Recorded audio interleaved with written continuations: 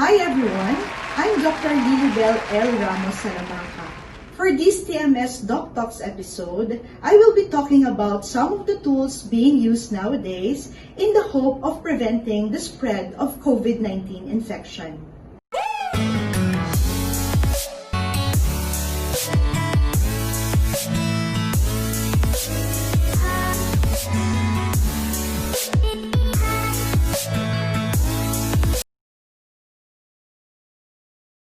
COVID-19 pandemic posed a huge challenge to everyone. We have different measures in order to combat this disease. For now, I will be tackling on the personal air purifiers and germicidal ultraviolet light. Are they effective? Before I proceed, my disclaimers are: I am not connected to any of the companies producing or distributing these products. I am not endorsing any product. I am not an expert on this. So all of what I will share to you are based on my readings and researches. Let's start. For the personal air purifiers, here are examples. So their main functions are said to be air purification and sterilization and radiation protection. They use an ion technology which purifies air at a certain area. Most of them would say around 3 feet space. They release 5 to 20 million negative ions per cubic centimeter depending on the model that you will buy. It is confirmed scientifically that an ion is able to purify air effectively. So they deliver fresh air anytime, anywhere. It is highly reactive and destroys protein structure of bacteria, virus, and other microorganisms.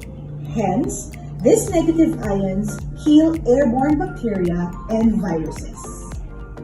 It is also nice to know that it has a radiation protection.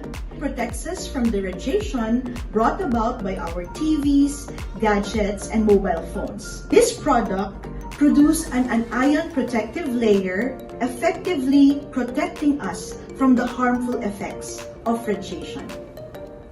These personal air purifiers have broom head, or what they call the ion brush. So through them, I believe these are working. They are rechargeable. They can serve you at least 8 hours or more depending on the battery life.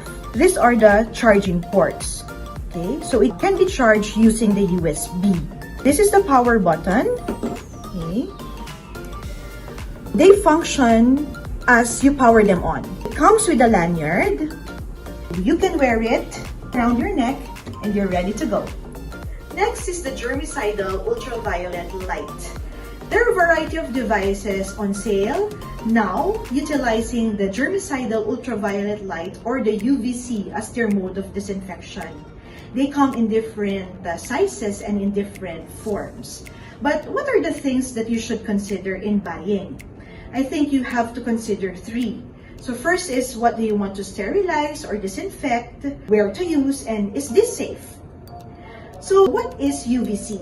UVC is part of the ultraviolet spectrum, which is known because of its effectivity in killing 99.9% of germs. The mode of action of this UVC is that it destroys the DNA and RNA of germs, stopping their reproduction and replication.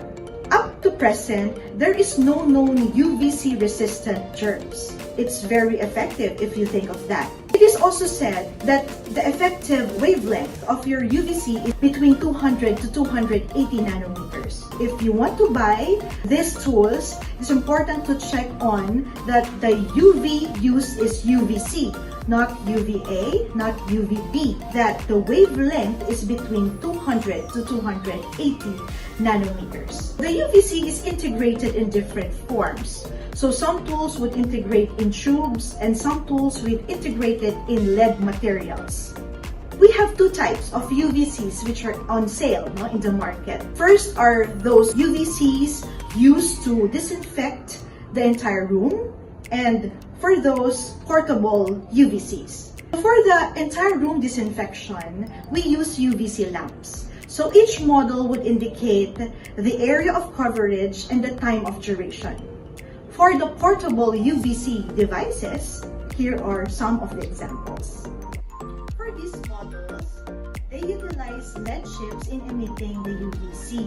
It comes in different designs and different sizes depending on your purpose. For me, I use this bag when I'm on the go, and this bag when I sterilize my iPad, my cell phones, and other objects that can fit in it. Basically, they have the same parts. This is the power button. Okay. This is the default battery. Okay. Both of them have a transparent viewing port. The transparent viewing port completely blocks the UVC. For you, you can tip on this visualization port in order to see if these devices are working properly. So first is, here are the LED chips. Okay. And for this one, alright. Before you turn this on, make it sure that it is properly closed. As you turn it on, okay, there's this white light. And when you press it once again,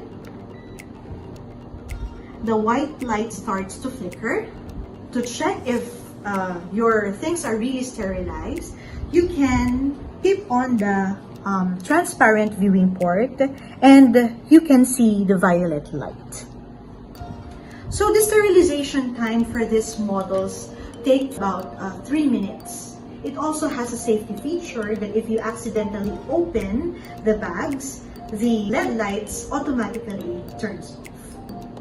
We also have UV ones available in the market, and it comes in different sizes. So I think most of them are smaller than this one.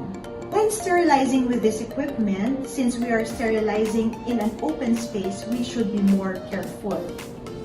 It has here a red warning, which states prohibiting direct sight to eyes and skin, and wearing the anti-UV goggles for safety. So it comes with a goggle. It has a power button. It also has a child lock, so it is safe for children, and of course the charging port. So how to use this? So we open. Okay. And it has 20 LED lights in it. Before we use it, okay, we use of course this goggles. Okay. It also has a built-in gravity sensor, meaning the LED light shuts down instantly once turning over. So if you accidentally flip this one, the blue light will automatically turn off. How do we sterilize the surface that we want to sterilize? So we turn it on and we sterilize an inch away. We move along the surfaces, so it can be things like your laptops or books or your cleaning tables. This one should move across the surface, and you should do this for 5 to 10 seconds. Another thing to consider in these UVC devices is that do they produce and use ozone? With my other devices that I have shown earlier, all of those are ozone free. I only have one device which uses UVC and ozone, but we will go back to this later. So what is ozone? Ozone is a molecule which is effective in killing germs and eliminating odors. Its primary advantage is that it can penetrate spaces where UVC cannot. However, exposure to ozone can cause lung irritation. But fortunately, since it is a very unstable molecule, it easily dissipates in the air. UVC and ozone can be found in devices such as UVC lamps, which are used in sterilization and disinfection of large rooms, like in the hospitals, clinics, and even in the houses.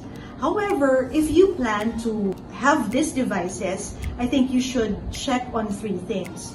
One is the auto-off features. This device should automatically turn off so that it can spare the user on the UVC and the ozone exposure. Second is the motion sensor. Whenever it senses any movement, it automatically turns off. And third is the downtime or the ozone air out time, wherein it is the time that the area is already ozone free. Going back to the device I have shown you earlier, This emits both UVC and ozone. How do we use it? It comes with a sleeve, which I attached underside this lid of this container. I place my things inside this container. Even if the things are stuck on each other, I don't worry because it uses ozone. Ozone penetrates areas UVCs cannot reach. So one of the safety features of this device is that when you power it on, there is a 3-second delay. As you close the device, okay, the blue light is turned on. But when you open it, okay, it automatically turns off. Okay. So for this device, it takes 5 minutes to completely sterilize, disinfect, and deodorize the things inside. And it takes another 5 to 10 minutes for the ozone air out time before you open the container and you can use your things again. So for this particular device, it is used in an area of 1 square meter. It has an auto-off sensor, check. It has a motion sensor, check. And it has a downtime. Should you worry about ozone? I think no. Unless you plan to enter the room immediately or open the containers after sterilization with UVC and ozone. Remember the auto-off feature and the downtime before you enter the room or you open the containers. UVC can be very helpful and beneficial, but it can be very harmful when not used properly. Significant UVC exposure can cause skin and eye irritation. Ozone exposure can cause lung irritation. It is important that you should read the manuals properly before using these devices. I hope this video will be a great help to everyone. Thank you for watching. Hello viewers! Hope you learned a lot from that video. To enjoy more of our upcoming exciting videos, kindly hit the like button, subscribe, and share. See you soon!